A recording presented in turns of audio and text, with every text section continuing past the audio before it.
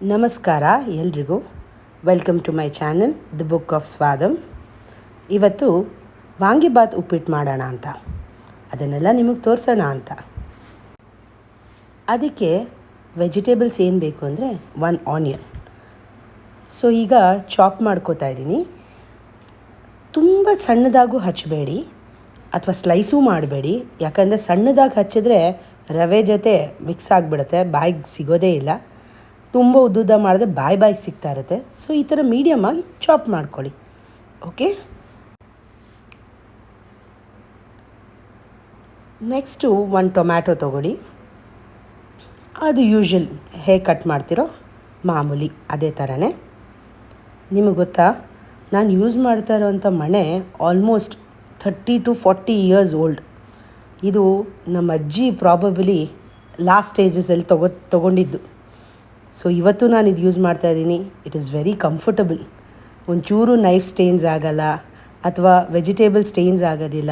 ಮಾರ್ಬಲ್ದು ಯಾವತ್ತೂ ಹಳೇದೇ ತುಂಬ ಚೆನ್ನಾಗಿರುತ್ತಲ್ಲ. So next 1 capsicum. ಈ ಕ್ಯಾಪ್ಸಿಕಮ್ ಹಚ್ಕೊಳ್ಳೋದು ಒಂದು ಟೆಕ್ನಿಕ್. ಈಗ ನಾನು ಸ್ಲಿಟ್ ಮಾಡ್ದಂಗೆ ಮಾಡಿಬಿಟ್ಟು ಎಡ್ಜಸ್ನ ಕಟ್ ಮಾಡ್ಕೊಂಬಿಡಿ. ಅವಾಗ ಏನಾಗುತ್ತೆ, ಈ ಥರ ಸ್ಟ್ರೈಟಾಗಿ ಕಟ್ ಮಾಡ್ಕೊಳ್ಳೋದು ತುಂಬ ಈಸಿ ಆಗುತ್ತೆ, ಚಾಪ್ ಮಾಡ್ಕೊಳ್ಳೋಕ್ಕೂ ಈಸಿ ಆಗುತ್ತೆ. ಅದನ್ನು ಆಮೇಲೆ ಎಡ್ಜಸ್ನ ಸಪ್ರೇಟಾಗಿ ಕಟ್ ಮಾಡ್ಕೋಬೋದು. ಸೊ ಈ ಸೈಜ್ ಕ್ಯಾಪ್ಸಿಕಮ್ ಸಾಕು. ಆದರೆ ಈ ಮಣೆದು ಒಂದು ಡಿಸಡ್ವಾಂಟೇಜ್ ಏನು ಗೊತ್ತಾ, ತುಂಬ ತೂಕ, ಕೆಳಗೆ ಬಿದ್ದರೆ ಹೊಡೆದೋಗುತ್ತೆ. ಅರೌಂಡ್ 5 ಗ್ರೀನ್ ಚಿಲ್ಲೀಸ್ ಹಾಕ್ಕೊಳ್ಳಿ. ಓಕೆ, ಈಗ 1 ಪಾವ್ಗೆ ಅಂದರೆ ಎಲ್ಲ ಒಂದು ಚೂರು ಕಮ್ಮಿ ಹಾಕ್ಕೊಳ್ಳಿ ನಾನು ಹಾಕಿರೋದಕ್ಕಿಂತ.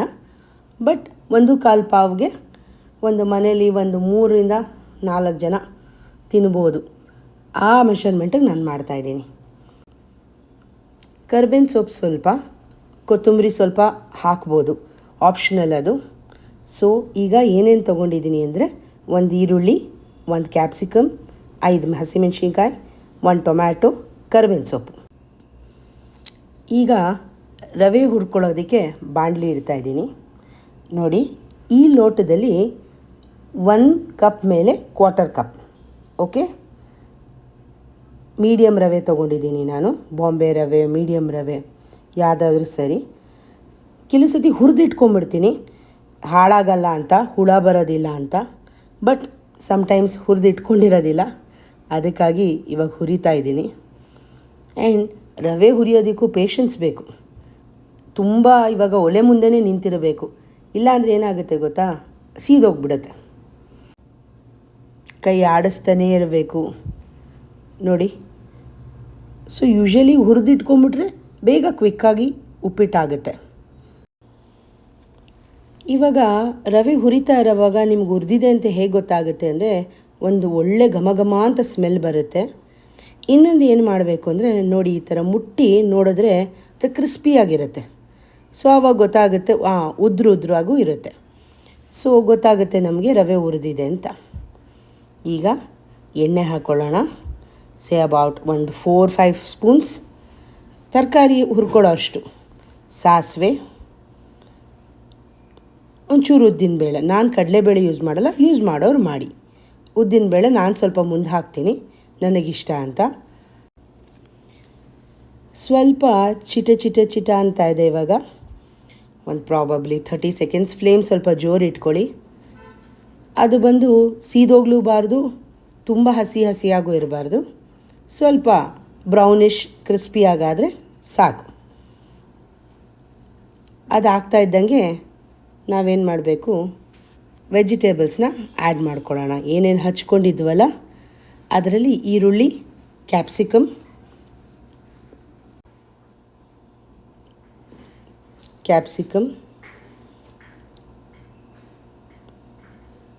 ಮತ್ತು ಹಸಿಮೆಣ್ಸಿನ್ಕಾಯಿ, ಈ 3 ಹುರ್ಕೊಳ್ಳೋಣ.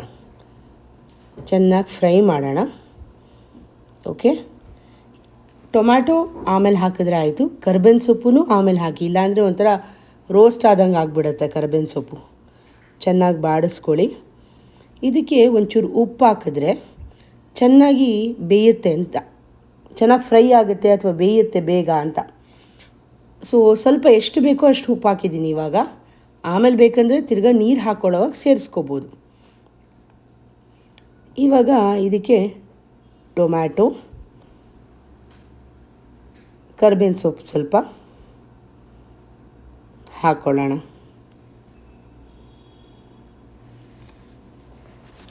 ಚೆನ್ನಾಗಿ ಉರಿರಿ, ಸೊ ದಟ್ ಯಾವುದು ಹಸಿ ವಾಸನೆ ಇರಬಾರ್ದು.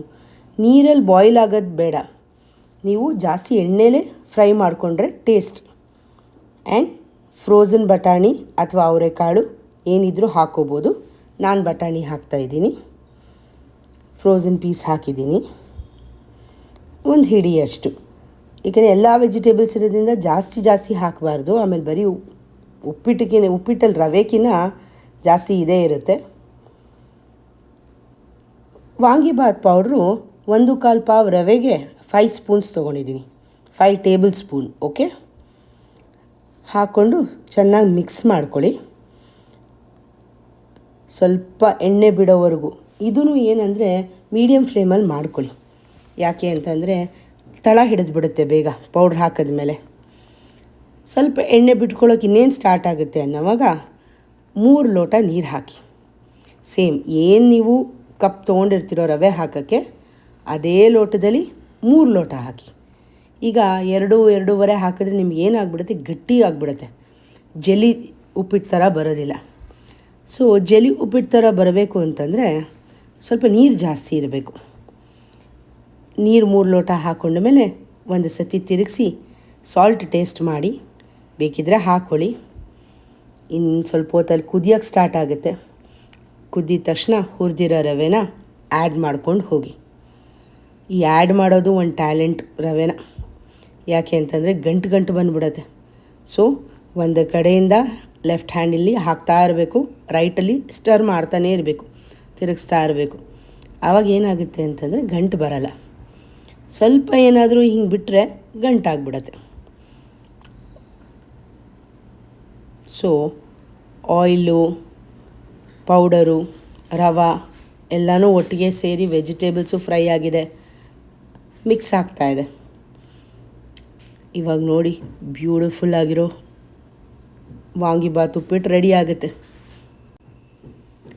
ರವೆ ಹಾಕ್ಬಿಟ್ರಿ ಅಂತ ಮುಚ್ಚಕ್ಕೆ ಹೋಗಬೇಡಿ. ಹಾಗೆ ಗಟ್ಟಿಯಾಗಿ ಕೇಕ್ ಗಟ್ಟಿ ಆಗುತ್ತಲ್ಲ ಆ ಥರ ಆಗಿಬಿಡತ್ತೆ. ತಿರುವಾಗ್ತಾನೇ ಇರಿ. ಈ ಥರ ನಾನು ತಿರುಗಿಸ್ತಾ ಇದ್ದೀನಲ್ಲ ಹಾಗೆ ತಿರುಗಿಸ್ತಾ ಇರಿ. ಸೊ ಸೈಡ್ಸೆಲ್ಲ ತೊಗೊಂಡು, ಎಸ್ ನೋಡಿ ಟೆಕ್ಸ್ಚರ್ ನೋಡಿ ಅಲ್ಲಿ ಹೇಗಿದೆ, ಸಾಫ್ಟಾಗಿದೆ ಅಲ್ಲ. ಸೊ ಆ ಥರ ಬೇಕಂದರೆ ನೀರು ಜಾಸ್ತಿ ಇರಬೇಕು, ಆ್ಯಂಡ್ ರವೆನೂ ಚೆನ್ನಾಗಿ ಹುರಿದಿರಬೇಕು, ಆ್ಯಂಡ್ ಚೆನ್ನಾಗಿ ತಿರುಗಿಸ್ಬೇಕು, ಗಂಟು ಬರೆದಿರೋ ಥರ ಮಾಡಬೇಕು.